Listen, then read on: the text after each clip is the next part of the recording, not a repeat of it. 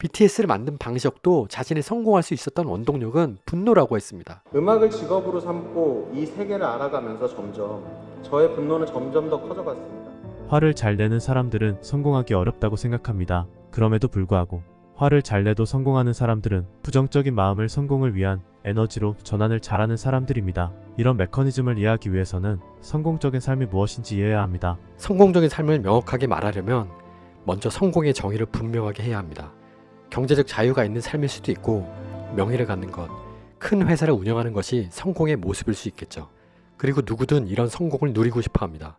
성공의 모습은 각자 다르지만 이 모든 것들의 방향은 하나입니다. 바로 행복입니다. 그렇다면 성공에 대한 정의를 내리기 전에 먼저 해야 할 것이 있습니다. 바로 행복이 무엇인가에 대해 정의하는 것입니다. 철학자 쇼펜하우어는 행복에 대해서 이렇게 말했습니다. 인간의 행복은 그 사람의 인격에 의해 좌우된다. 그렇다면 인격은 어떻게 결정되는 것일까요? 쇼펜하우어는 다음 세 가지를 말합니다. 건강한 신체, 명랑한 기질, 통찰력. 예를 들어 이야기해 볼게요. 돈이 많아도 건강을 잃으면 아무 소용이 없겠죠. 건강하고 통찰력이 있어도 명랑한 기질이 없으면 너무나 예민한 사람이 돼서 자신도 물론 다른 사람도 힘들게 하겠죠. 마지막 통찰력이 없으면 건강하고 성격이 좋아도 한순간 실수로 인해 인생이 무너질 수 있습니다. 그래서 이 신체, 좋은 성격, 통찰력이 모두 다 같이 있어야 해요.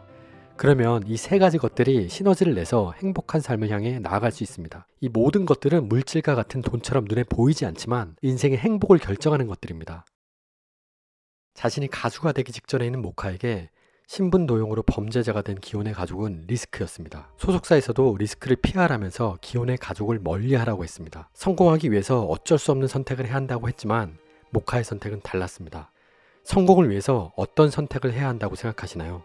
기혼의 가족을 받아주느라 범죄를 저지른 아버지는 경찰 조사를 받으면서 끝까지 아이들을 지키려고 했습니다. 자신을 평생 폭행했던 전 남편에게 우산을 씌워주는 기호 어머니, 자신의 뮤직비디오 촬영 기회를 윤난주에게 양보하며 어머니가 돌아가시기 전에 소원을 풀어주는 모카, 모두 자신의 이익이 아닌 주변 사람들을 도와줬습니다. 만약 눈에 보여지는 성공이 그들의 목적이었다면 이렇게 아름다운 스토리는 나올 수가 없겠죠. 에이, 저건 드라마인데 현실은 실전이야. 어떻게 저런 결정을 해? 이런 치열한 사회에서 눈에 보이는 성공이 중요한 게 아닌가? 맞아요.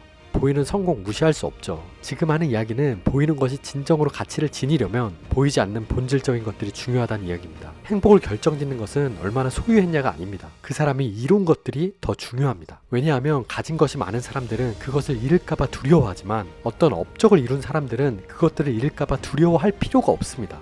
그것은 외적인 소유가 아니라 내적인 충만함이기 때문입니다.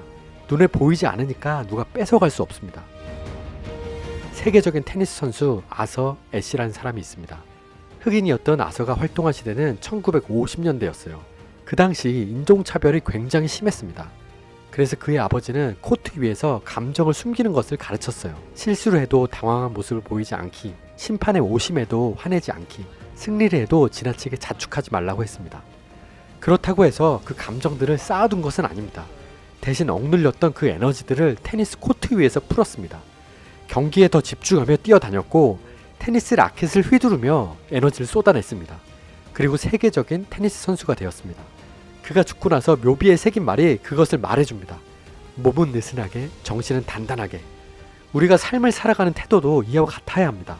살면서 억울한 일을 당하고 아무리 열심히 해도 결과가 좋지 않을 때 분노와 슬픔이 뒤엉키는 마음은 어찌할 수 없어요. 그것 자체를 거부해야 한다고 하는 게 아니에요. 대신 그 감정의 에너지를 모아서 자신이 가야 하는 곳에 에너지로 사용해야 한다는 것입니다. 아서는 그 모든 에너지를 테니스 공에 담아서 상대 코트로 보내버렸습니다. BTS를 만든 방시혁도 자신이 성공할 수 있었던 원동력은 분노라고 했습니다. 이제 해야 할 것이 정해졌습니다. 마음 안에 드는 부정적인 감정들을 거부하는 것이 아니라 받아들이고 그 에너지를 어떻게 연료로 만들까 고민해야 합니다.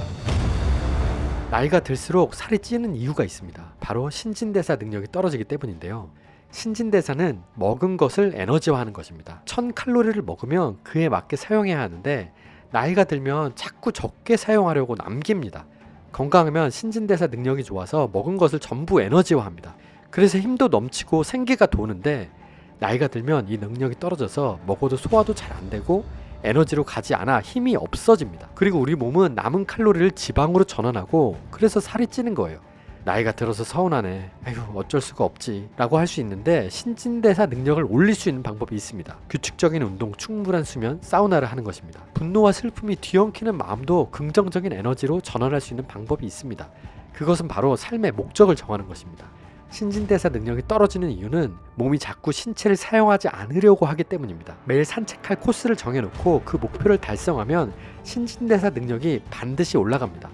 마음도 동일해요. 자신이 열정을 다해 달려나갈 목적지가 있으면 계속 에너지를 만들어내려고 합니다. 그것이 긍정이든 부정이든 상관이 없어요. 목적이 있으면 삶에서 얻어지는 모든 감정들을 한 곳에 정확하게 향하게 할 수 있습니다. 지금 분노와 슬픔으로 인해 인생이 힘드신가요? 그것을 마음의 신진대사를 기억하면서 사용해보세요. 그러려면 목표가 분명히 정해져야 합니다. 어떻게 살아갈지 그 목표를 붙잡고 흑인 테니스 선수였던 아서가 코트 위에서 테니스 공을 향해 그 감정들을 날려보낼 듯 우리도 쌓여진 감정들을 에너지화하시면 좋겠습니다. 뉴럴싱크였습니다.